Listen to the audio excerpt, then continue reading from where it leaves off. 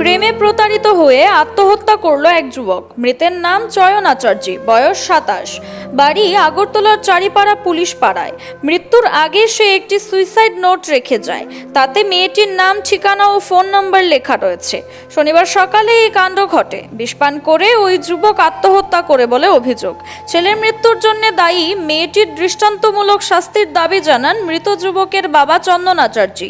GB হাসপাতালে ময়নাতদন্তের পর মৃতদেহ পরিবারের হাতে তুলে দেওয়া হয়।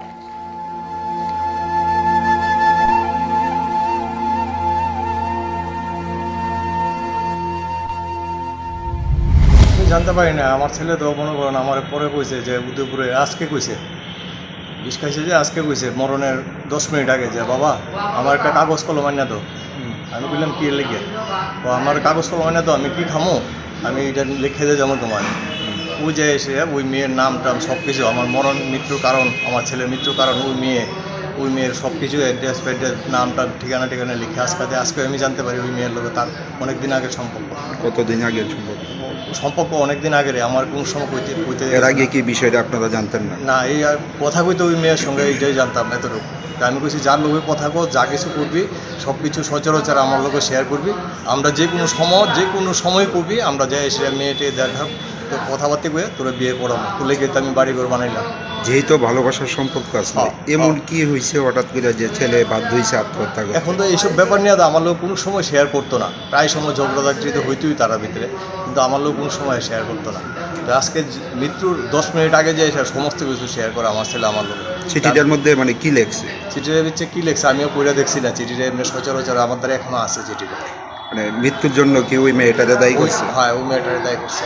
তো তাদের মধ্যে কিভাবে পরিচয় আপনি কিছু জানতেন? এগুলো আমি জানতে পারি না।